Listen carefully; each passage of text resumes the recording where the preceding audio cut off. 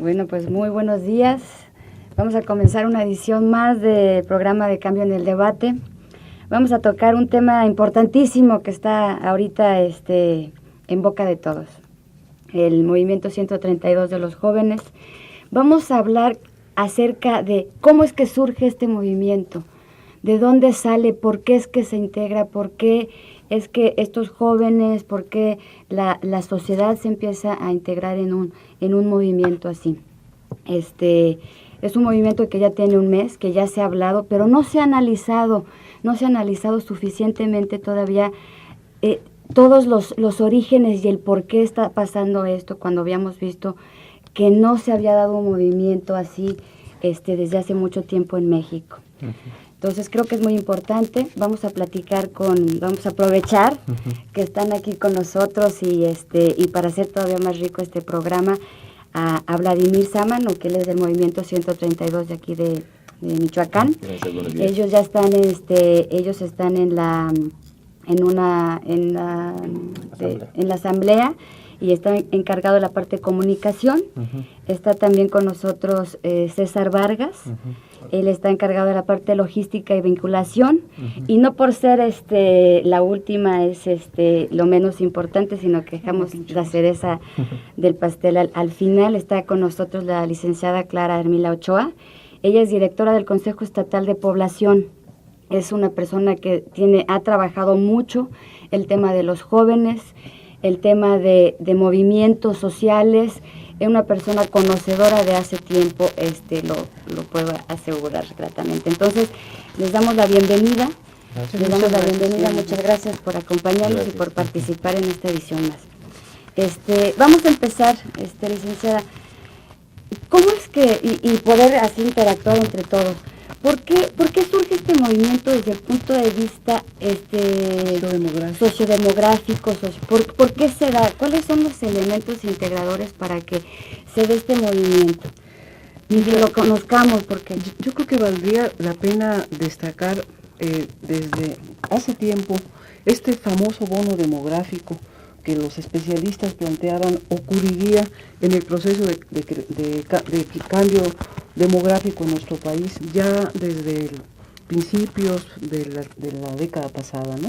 El cambio en la estructura por edades de la población en México nos estaría conduciendo a un momento en el cual empezaría a disminuir la población infantil, aumentaría la población en edad joven y en un tránsito al envejecimiento de la población, es decir, el bono demográfico era un periodo de 25 años aproximadamente, más o menos, en el que el país tendría el mayor porcentaje de población joven, es decir, población altamente en edad de trabajar, y que entonces esto era un bono, lo más rico que tiene un país es su gente, y el problema central es que el bono demográfico se convirtió en un problema, justamente porque el país no generó las políticas, las propuestas, el modelo de desarrollo no condujo a que estos jóvenes efectivamente en edad de trabajar pudieran incorporarse al mercado laboral. Entonces, en lo que devino el bono demográfico fue en el aumento, valga la expresión, de una serie de problemáticas ligadas a la falta de empleo, ligadas a la deserción escolar, ligadas a la pérdida de confianza en un futuro deseable para millones de jóvenes en este país. Por cierto, este proceso demográfico no solo se da en México, es un proceso que se da en todos los países en vías de desarrollo.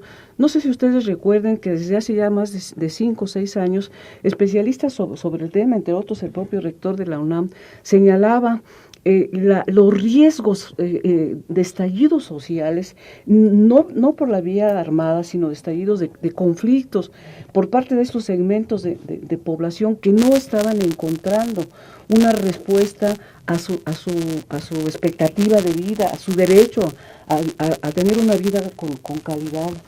Aquí el tema central serían dos aspectos. Uno, un modelo de desarrollo que no genera definitivamente expectativas económicas atractivas, válidas para los jóvenes, y una agenda política en la que los jóvenes y su problemática, en todos los sentidos, no está presente. De tal manera que nos van a conducir a un fenómeno en el que valdría la pena destacar aquí ya en este proceso la incursión de agentes endógenos, externos, como es específicamente las redes sociales. El joven hace 20 años estaba aislado. Los segmentos estudiantiles con algún aislamiento, con expresiones desde luego de inconformidad, pero aislados relativamente. Había movimientos de jóvenes en segmentos obreros, por allí, campesinos, pero no tenías una posibilidad de intercambio, ¿no?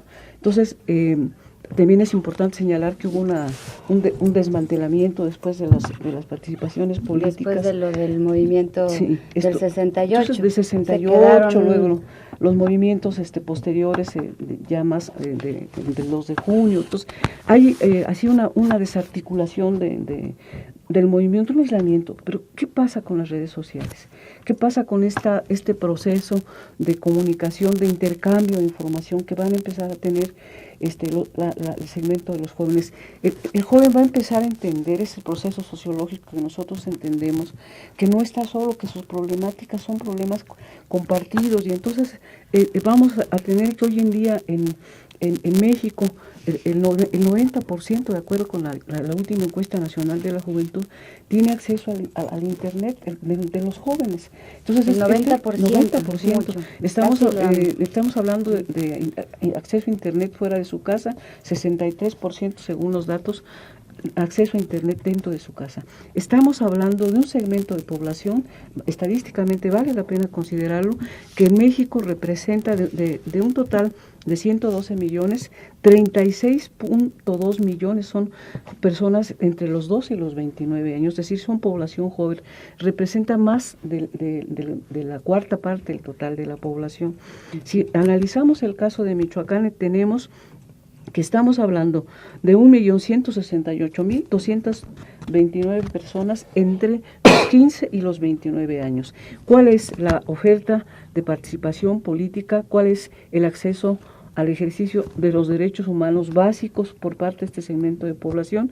Y luego, no existe. Es decir, en el discurso político, desde nuestro punto de vista y analizando las agendas políticas, el joven ha estado presente como tema de discurso, pero no como tema de agenda de trabajo. La pregunta, ¿cuáles son las vías de participación? ¿Cuáles son las vías de acceso que tienen? En este caso nosotros encontramos que ellos mismos tuvieron que encontrar justamente las vías de acceso, y el proceso no se da solo en México, es un proceso que se dan también en los países, sobre todo en vías de desarrollo.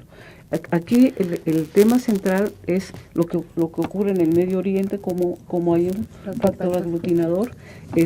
El punto es analizar que hoy en día estamos de frente a una insurgencia de segmentos de población joven que inicia en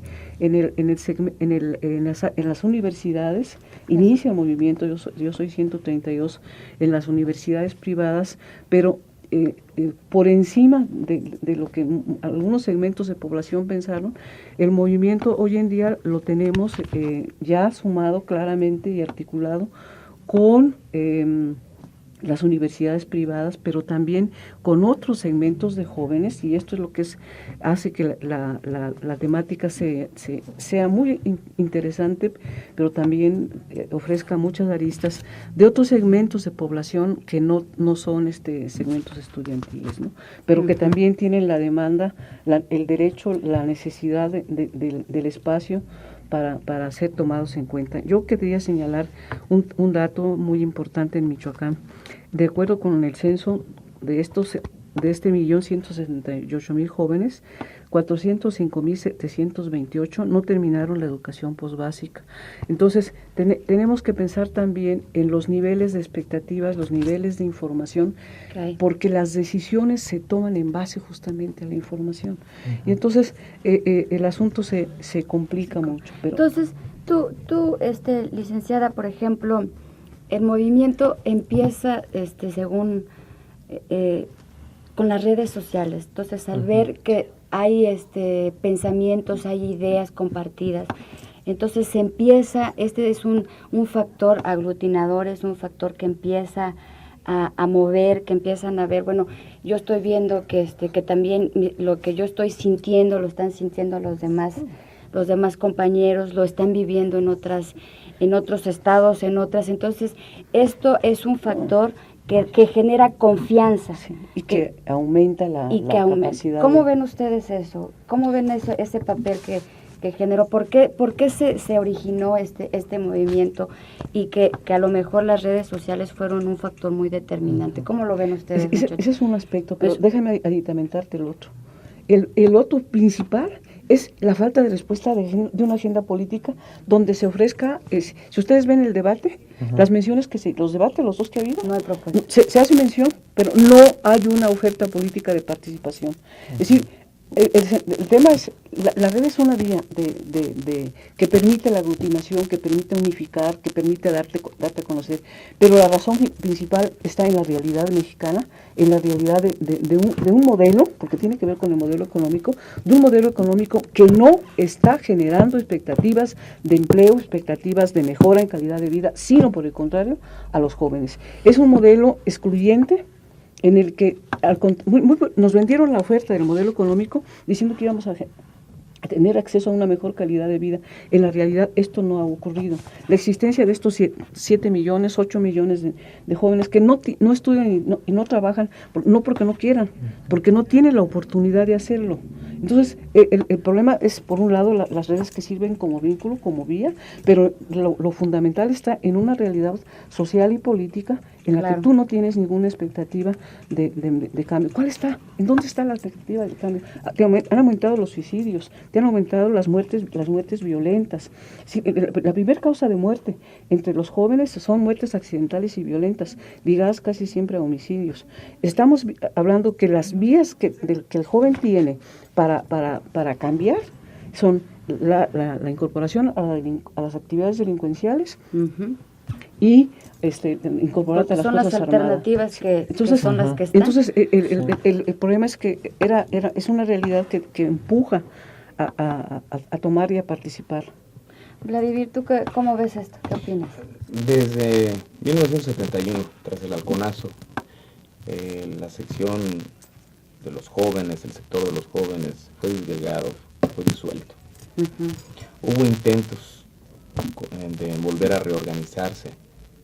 Recuerdo en el temblor del 85 a la sociedad civil organizada por primera vez, con un sentido de solidaridad, que después catalizarían en un programa social de algún presidente de la República, ¿verdad? Vemos más allá, con el levantamiento zapatista en el 94, otro intento. Las condiciones en la UNAM por el rechazo a la imposición de un plan económico, de imposición de cuotas, que dio como resultado una toma que paralizó a la Universidad Nacional cerca de 8 o 9 meses. Pero ahora las condiciones se dan en un momento histórico muy especial. Sí es. Las tecnologías de la información han reducido esa brecha de contacto social. ¿Por qué? Porque ahora podemos estar en la comunidad de la sala y podemos estar platicando con otro amigo que está a miles de kilómetros, en tiempo real, en momento real. Nos informamos en tiempo real. Los jóvenes han entendido que de todos los partidos no hay una propuesta clara para ellos, que siempre seremos la carne de cañón para pegar carteles, calcomanías, agitar banderas. Están los cruceros. O los muertos. O los muertos, ser la carne de cañón, los primeros. ¿Por qué? Porque ser joven, no tener conciencia crítica, perdón, pero es como, no sé, un cielo sin estrellas, ¿no? El punto es, las redes sociales han sido un catalizador, porque nos han dado algo, sentido de pertenencia, de grupo. Sabemos que unidos es más difícil, no imposible, pero es más difícil que no nos hagan caso. Sabemos que unidos podemos lograr mayor impacto. ¿Y les hicieron caso? Les entendimos a los medios su agenda mediática. Si nosotros hacemos un buen show, logramos impacto. Pero si a ese show le metemos coco y lo hacemos informado, impactamos con la gente que queremos. Entendimos las armas de los medios y las aprendimos a usar. ¿Qué sigue? Bueno, yo ahí veo concretamente en el estado de Michoacán, donde el narco está más metido, que precisamente es ahí donde terminan la mayoría de los ninis. O sea, ¿qué calidad de vida le puedes pedir a alguien de Apatzingán, de Tafetán, que son municipios pobres, pero con pobreza extrema? Sencillamente el Estado no ha garantizado los medios de acceso a tener una vida digna. Sí. Y se nos ha impuesto la idea de que la acaparación de la riqueza es lo mejor que te puede pasar, es del éxito. O sea, ves a un joven y dice, pues si estudio y luego no encuentro trabajo, nunca voy a tener éxito porque no va a tener dinero. Me puedo meter al crimen organizado y al día siguiente ya va a traer un carrazo. Como una alternativa tentadora que está ahí.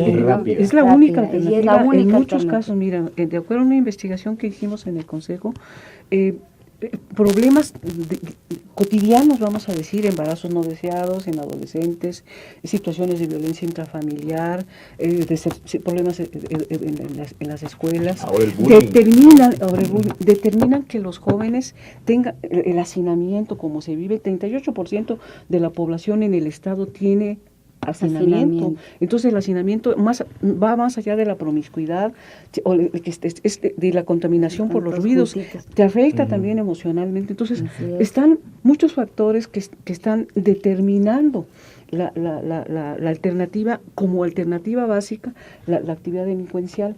Ahora, lo central aquí es que los medios no solamente te provocaron esto que tú señalabas, sino también distorsionaron y cambiaron los estereotipos. Al país, decía Octavio Paz, se nos está yendo de las manos hace ya 20 años, porque se nos estaba yendo culturalmente, ideológicamente. Estábamos dejando de ser como mexicanos lo que somos, para convertirnos en otra cosa, objeto de mercado. Entonces, realmente a nosotros ya, vamos a decir, los que somos 132 senior, nos parece sumamente importante lo que está ocurriendo en nuestro país, porque está además en una coyuntura política en donde ustedes no están actuando, vamos a decir, así nomás porque sí, ¿verdad? Hay sustentos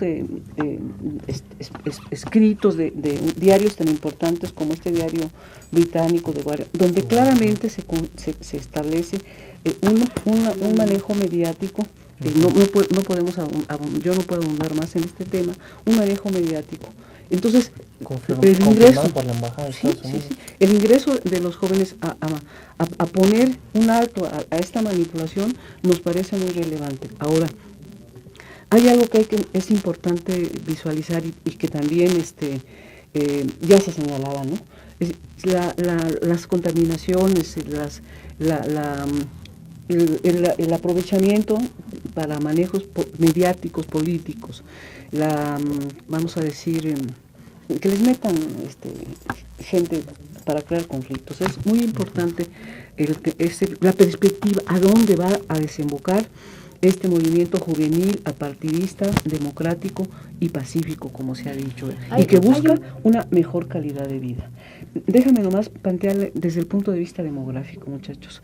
¿Qué va a pasar con quienes hoy ustedes que están en este movimiento, que están exactamente entre los 15, los 20, 25, 30 años principalmente? Es decir, es una cuarta parte de la población, volvemos a decir, del total del país. ¿Qué va a pasar dentro de 10 años? ¿En qué desemboca?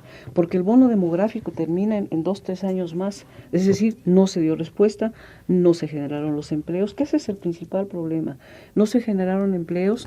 El empleo es ¿cómo vives mejor si no tienes un ingreso? El ingreso te lo va a dar al empleo, ¿verdad? Sí. ¿Para qué estudias si tienes un grado profesional de licenciatura o de maestría y no encuentras empleo o tienes que insertarte para ganar lo que podrías ganar sin haber ido a la universidad? Entonces, son muchos factores, pero aquí punto es, en una visión ya de mediano plazo, como que está una tarea pendiente de construir un movimiento con objetivos precisos, con una agenda definida, porque los mismos jóvenes están sujetos a este proceso de cambio demográfico y estamos entrando en un problema que es el del envejecimiento de la población. Sí, definitivamente. A los 30 años en este momento debes de preocuparte por lo que será tu pensión a los 50 años. ¿No? Sí, porque tu vida laboral terminará a los 45, 50 años si es que el cigarro nos deja algunos o si las condiciones y no prevemos nos dejan, ¿no? ¿Y hasta dónde se dice que es realmente ser joven, no? Según las instituciones, eres joven hasta los 29, 30 años. La ley de los jóvenes de Michoacán hasta los 29. Hasta los 29, entonces, pues ya no somos jóvenes. A los 32 años ya no somos jóvenes, o uno podría decir a alguien de 40 y tantos, ya no soy joven. Entonces, ¿qué pasa también, por ejemplo, César, hablando de esta perspectiva? Por ejemplo, estos movimientos que se han dado en todo el mundo, por ejemplo, el movimiento que se está dando en España, los movimientos en el Medio Oriente, ¿qué pasó? Mira, por ejemplo, ¿cómo ves tú en Medio Oriente todo este movimiento y lo que significó? ¿Y cómo está ahorita? ¿Cómo se es lo que mencionaba la licenciada, ¿no? Hay que tener objetivos muy claros, qué se va a hacer, porque ahorita los movimientos del Oriente se suavizaron, se perdieron tantito. En España están teniendo otro tipo de manejo que si no se cuida puede desvirtuarse todo lo que es. ¿Cómo ves tú la perspectiva del movimiento aquí? Bueno, aquí, y lo que supongo que también ha pasado en lo que se denomina la primavera árabe, es que las jóvenes o la gente, bueno, las ideas no tienen edad, se juntaron conforme a su inconformidad. O sea, la inconformidad no salió de un día a otro, sino es como una carga histórica de lo que sabemos. Y tenemos inconformidad al sistema actual, a cómo vivimos, la inconformidad a que un movimiento social, sea el que sea, de algún gremio o de algún grupo, se ha reprimido o no se ha escuchado. Entonces, nos juntamos como en el rechazo a algo. Entonces, esa es la organización primaria. O sea, estamos rechazando el sistema actual, estamos rechazando lo que nos quieren imponer, pero todavía no llegamos al siguiente paso, organizar qué queremos o hacia dónde podemos llegar, que es lo que pasó, por ejemplo, en Egipto. Derrocaron al gobierno y convocaron a nuevas elecciones, pero ¿quién va a quedar en las elecciones? Pues los que eran los mismos que se están moviendo del viejo presidente. Entonces hay que llevar ese movimiento, ese rechazo a una organización, a crear algo desde la base de toda la gente. Ya en cuanto a democracia, pues podemos tener democracia participativa y democracia directa. Aquí en México tenemos el ejemplo de los zapatistas en Chiapas. En Cherán se está construyendo una democracia autogobernada por los mismos pobladores en respuesta a que no se cumplió ninguno de los niveles de gobierno, ninguno de los partidos, ninguno de nadie les respondió al problema de seguridad que tenían y dijeron, no, pues ellos evaluaron, o sea, no fue de alguien y les dijo, no, pues váyanse por aquí, hagan esto. Ellos pidieron intervención, no hubo respuesta, pues decimos, pues los corremos, no los necesitamos, podemos nosotros.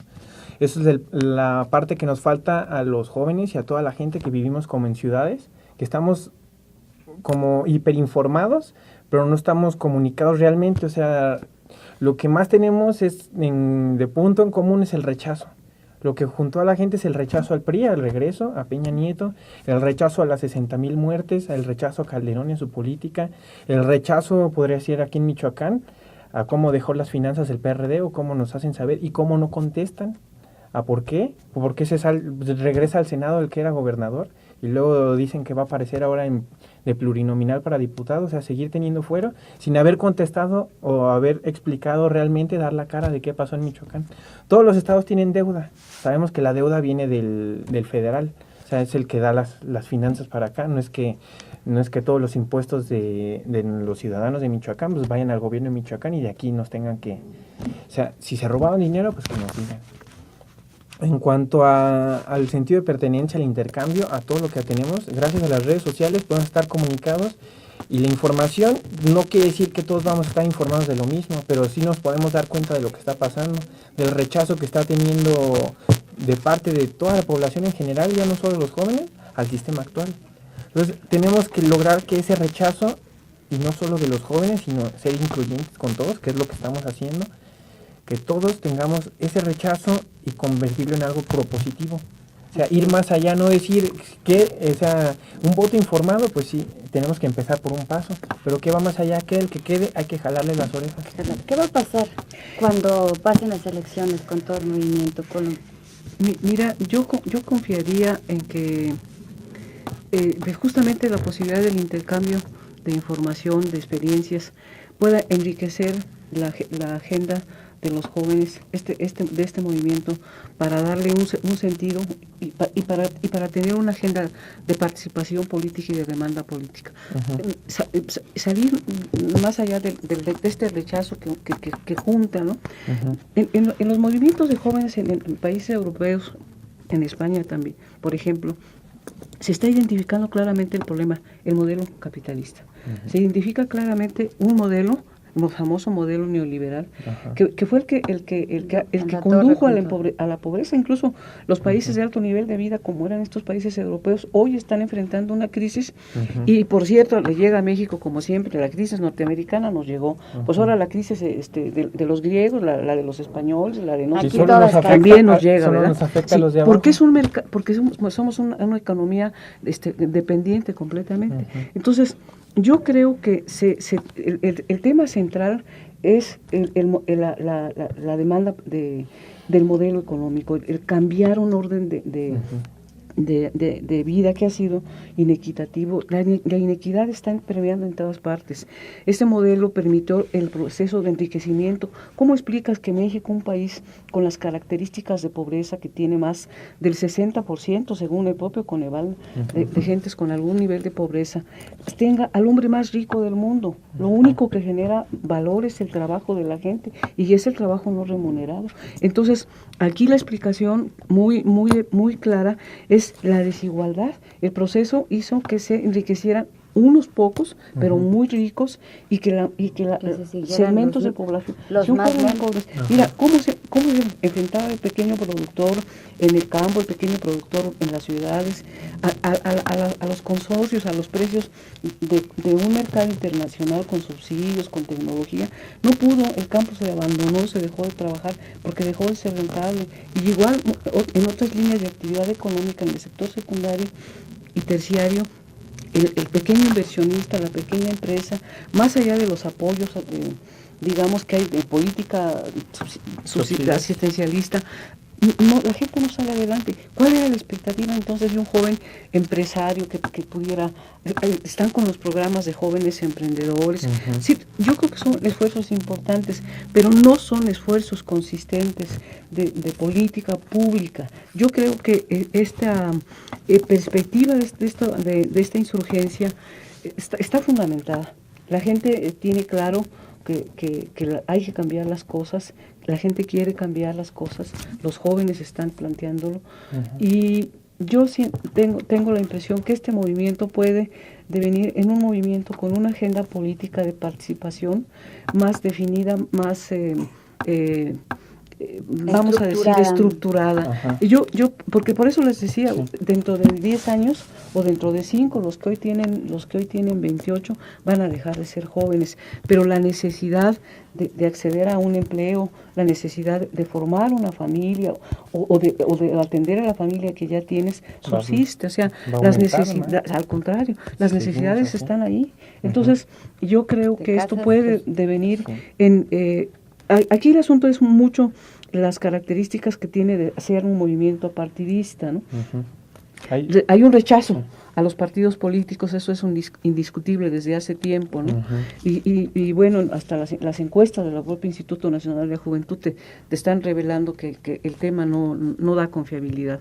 Pero creo que va en el proceso una definición de la participación política, para que las demandas que hoy están presentándose de democratización, por ejemplo, de transparencia, son demandas vigentes después del proceso electoral. Creo que por etapas, ¿no? En este momento de lo que se trata es de lograr un proceso transparente, democrático, en donde se respete el voto de la gente, ¿no? Sí. Ahí, respecto a la pobreza y a los partidos, nos ponen en la cara estadísticas y números de la supuesta transición democrática del PRI al PAN en el 2000. Nos dicen, no, pues con los 12 años del PAN pues ha disminuido la pobreza, nos ponen las estadísticas, pero hay algo muy importante que se le descubrieron, O sea, los datos, la consideración de la pobreza, nada más hicieron ese cambio. Es pobre el que gana menos de, no sé cuánto, $10 al día, $1 al día. Entonces, pues vamos a cambiarle la estadística. El pobre va a ser el que gane más bien $0.50 al día.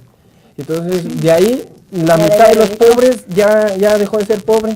Nada más por la consideración del número, de cambiarle, pues este ya no es pobre.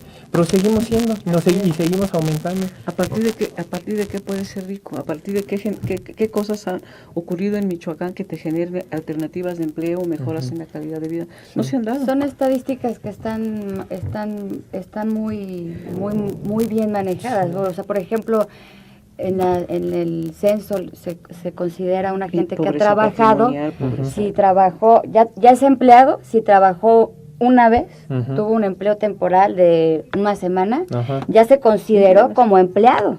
Cuando ya todo, son logros. Y entonces eso ya está considerado. Entonces, ¿qué pasa también, por ejemplo, con las propuestas de ahorita en estos tiempos políticos, ¿no? En estos tiempos de elecciones? ¿Dónde están las propuestas y cómo las están ustedes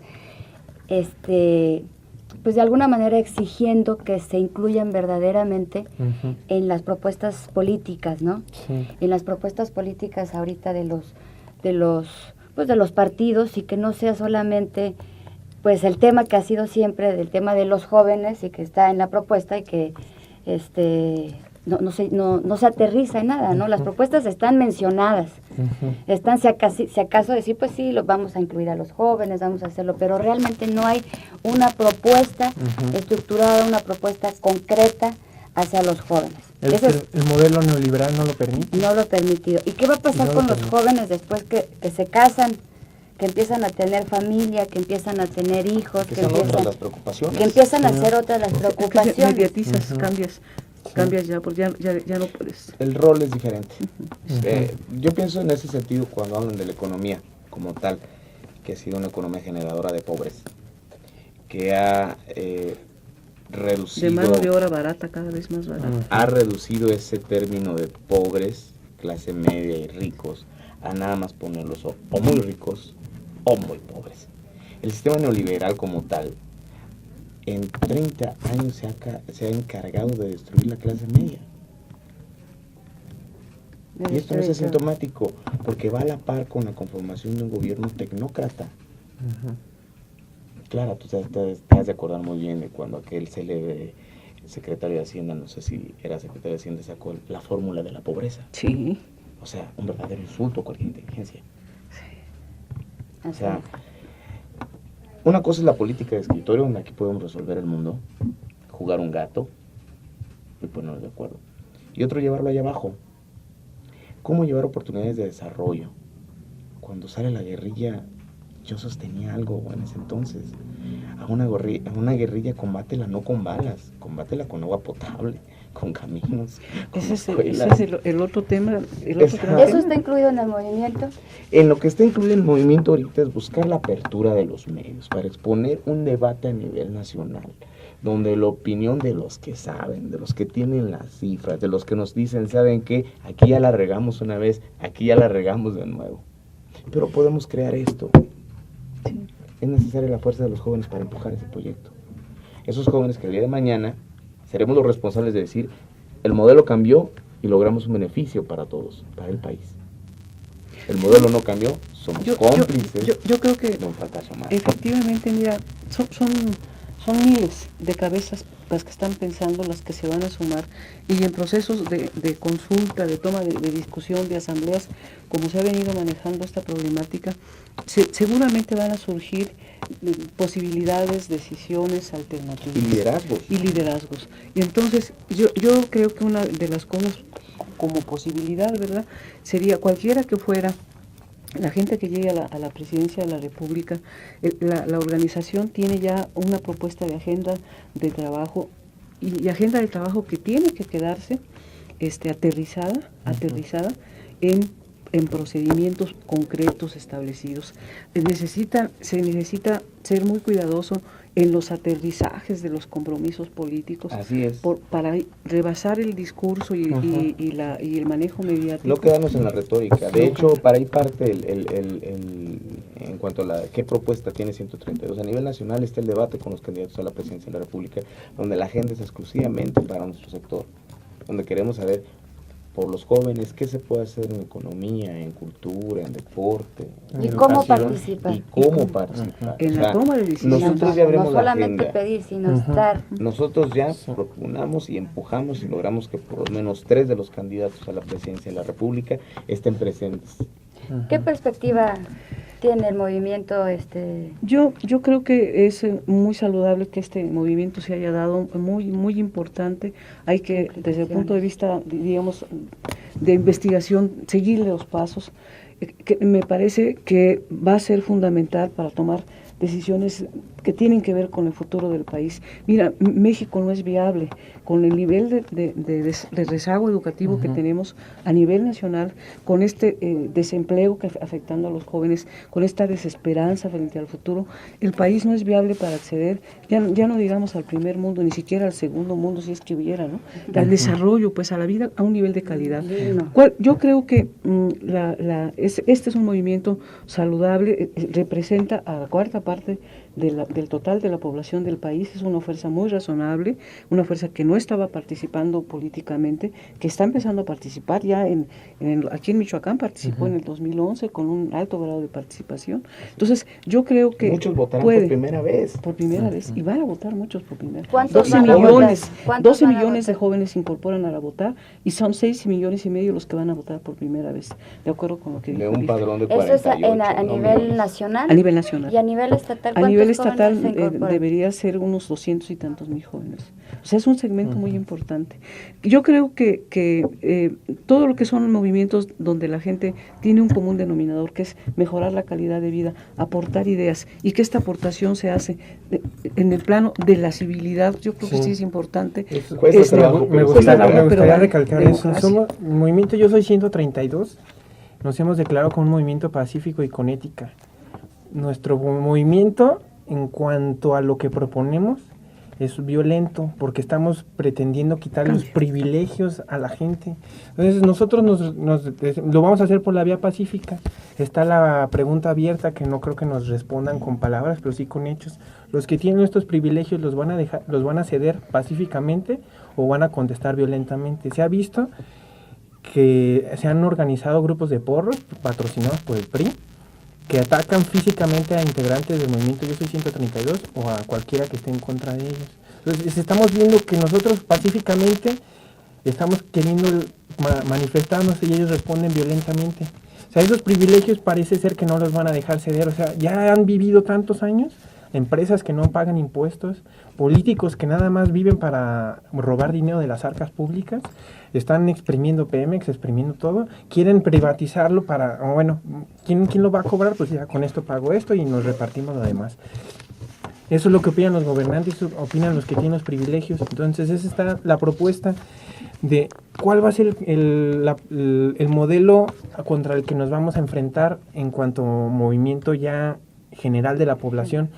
O sea, no solo los jóvenes, todos vamos a tener que tener un presidente para después del 1 de julio y ver cómo va a responder ante los mexicanos, ante todos. Y habrá que pedirle y exigirle. Ajá, exigirle por la vía pacífica, y si nos responden con medios violentos, ¿qué hacemos? O sea, ¿cómo vamos a intentar quitarle los privilegios a quienes tienen el poder, a los que tienen el uso legítimo de la fuerza? Un Estado, un gobierno nos va a decir, no, pues bueno, igual te estás manifestando, y al día siguiente a las 3 de la mañana irrumpo en tu morada y te saco y ya te denigro ante los medios para decir, no, pues eres extranjero, no eres michoacano, eres bla, bla, bla, bla. O sea, ¿cómo podemos estar enfrentados ante eso? O sea, solamente unidos, todos los mexicanos. Jóvenes todos los que estamos aquí.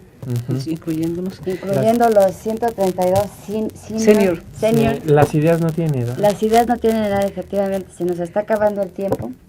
Yo quisiera preguntarte, Vladimir, muy rápidamente, ¿qué se espera que se traduzca esto? ¿En qué se va a traducir el movimiento? ¿Qué se espera? Tenemos una oportunidad histórica. El momento es de nosotros.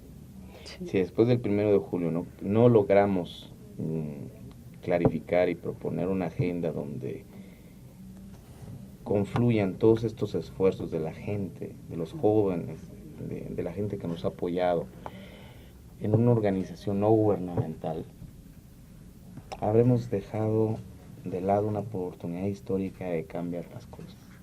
Por lo menos en Michoacán, yo 132 he mostrado todas las voces. Lo mismo tenemos copetudos, tenemos amorosos, tenemos diferentes, tenemos cuadrados. Pero lo más importante es no el qué, sino el cómo lograrlo, ¿no? Arrebatar un poco o también desencasillarnos de ese discurso de izquierda rebelde que critica todo, que cuestiona el sistema, pero que no propone nada. Entonces también el modelo debe de cambiarse, ¿no? En las asambleas lo vemos cuando tenemos la parte moderada y la parte un poquito más dogmática del evento. Mira, yo creo que es, como decía, un movimiento muy importante. Yo creo que es positivo, creo que va a aportar claridad en cambiar cosas. Hay cosas que hay que cambiar. Hemos llegado a niveles terribles de abandono, de pobreza. Hay que cambiar este panorama, hay que cambiarlo en la medida de lo posible. Hoy el gobernador del estado señalaba, no es solo un asunto de querer, es también un asunto de poder hacerlo. Es cierto, hay que poder conjuntar las dos cosas, pero yo creo que las cosas van a mejorar. Pues muy bien, pues muchas gracias. De verdad que este es un tema que les agradezco mucho, César, Vladimir, Clara. De verdad, al contrario, gracias por el espacio. Es un tema que se está tocando mucho. Hace falta análisis, hace falta profundizar más el porqué de las muchas cosas, del movimiento. Y el cómo. Y el cómo. Yo creo que eso es una tarea que y queda. Las condiciones propias que tiene Michoacán, que son únicas a nivel nacional. Son tareas pendientes que están y agradecemos el espacio, les agradezco mucho que hayan estado aquí con nosotros. Claro, muchas gracias. Y pues bueno, enhorabuena y vamos a seguir con este tema, yo y yo creo que los demás compañeros vamos a seguir tocando este tema. Claro Muchas gracias. Gracias.